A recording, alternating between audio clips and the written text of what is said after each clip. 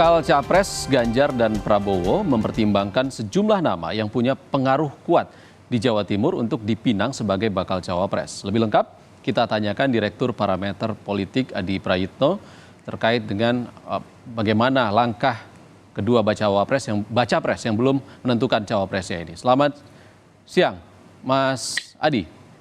Selamat siang, Mas Ihsan. Mas Adi, kalau Anies sudah meminang Caimin yang punya pengaruh juga di Jawa Timur. Lalu Ganjar dan Prabowo ini apakah kedepannya juga pasti akan meminang tokoh Jawa Timur juga, Mas Adi? Saya kira soal siapa yang bisa menjadi pendamping Ganjar ataupun Prabowo Subianto itu ranah elit, Mas. Kalau kita bicara ranah elit tentu tidak pernah mempertimbangkan bagaimana suara-suara publik yang muncul dari bawah ya. Bahkan kalau kita lihat misalnya sudah banyak nama-nama yang secara kapasitas, kompetensi, popularitas, kemudian punya elektabilitas, tapi tidak kunjung diumumkan sebagai calon pendamping dua calon presiden ini. Oleh karena itu bagi saya persoalan siapa pendamping Ganjar dan Prabowo Subianto ini mirip-mirip sebuah misteri Tuhan sebenarnya, karena tak ada satupun orang yang bisa memastikan secara pasti siapa yang akan dipilih, itu pertama. Yang kedua, kalau kita bicara pendampingnya Ganjar Pranowo, saya kira sudah mulai mengerucut pada dua sosok ya, yang selama ini selalu menjadi perbincangan publik itu antara Mahfud MD dan Hovifah. Dan bahkan kemudian muncul lagi nama Pak Sandiaga Uno ya. Di antara tiga nama ini saya kira memang barang bagus. Karena telah memiliki modal sosial, modal kapital yang saya kira kalau dipilih akan memiliki daya ungkit elektabilitas ke Pak Ganjar Pranowo.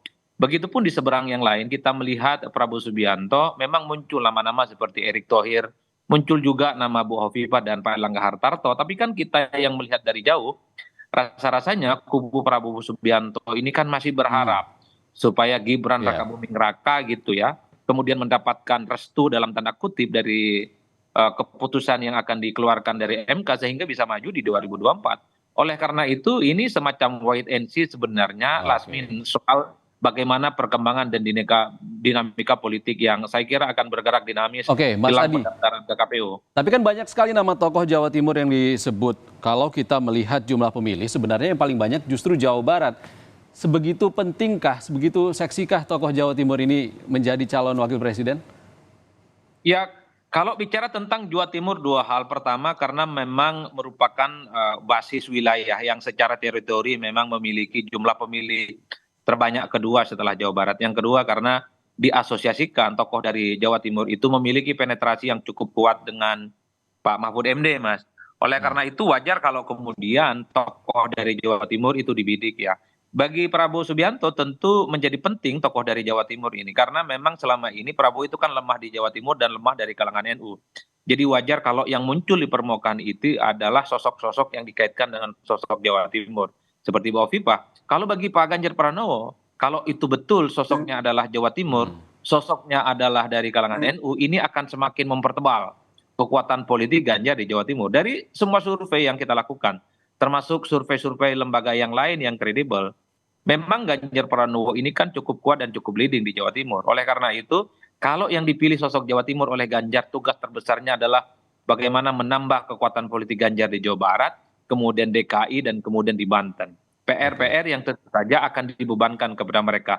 Satu sisi di Jawa Timur misalnya ditebarkan oleh Ganjar, tapi di tempat yang lain yang selama ini Ganjar lemah itu menjadi PR calon wakilnya yang akan siap bertanding. Begitupun dengan calon wakil yang akan dipilih oleh Prabowo Subianto. Tugas utamanya adalah memperkuat dukungan politik di mana Prabowo Subianto itu lemah. Salah satunya Jawa Timur dan kalangan NU. Saya kira di situ Mas Oke. tarikan politiknya yang sampai saat ini sebenarnya kenapa dua calon ini tidak kunjung mengumumkan siapa yang akan mereka pilih. Mas Adi, ada 3 nama tokoh Jawa Timur yang santer sekali.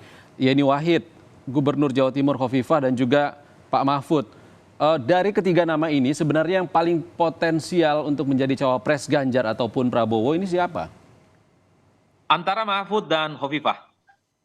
Mahfud itu bagi saya bukan hanya memiliki bekal popularitas, bukan hanya punya bekal elektabilitas, tapi bicara Mahfud MD itu melampaui itu semua. Mahfud ini adalah sebagai sosok yang dinilai punya integritas ya, karena semangat dalam pemberantasan korupsi, penegakan hukum, kemudian punya kapasitas, punya portofolio politik yang cukup mentereng ya, mantan pernah misalnya sebagai anggota dewan di legislatif, pernah juga di yudikatif dan pernah di eksekutif. Ini yang saya kira pengalaman yang cukup luar biasa. Oleh karena itu, bicara tentang Mahfud MD melampaui batas-batas elektabilitas dan popularitas. Kalau Bu Hovifah, ini kan tiga hal yang kemudian diyakini sebagai keuntungan yang cukup luar biasa.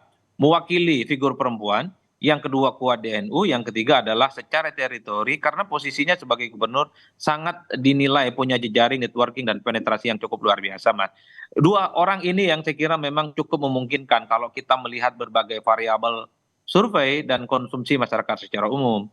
Di luar nama itu rasa-rasanya agak sulit. Tapi dalam politik kita, Mas, kita tidak pernah tahu siapa yang in the end of the day-nya akan dipilih. Apalagi persoalan cawapres Ganjar. Ini kan domainnya 3 ketua umum partai politik, 4 ketua umum partai politik maksud saya.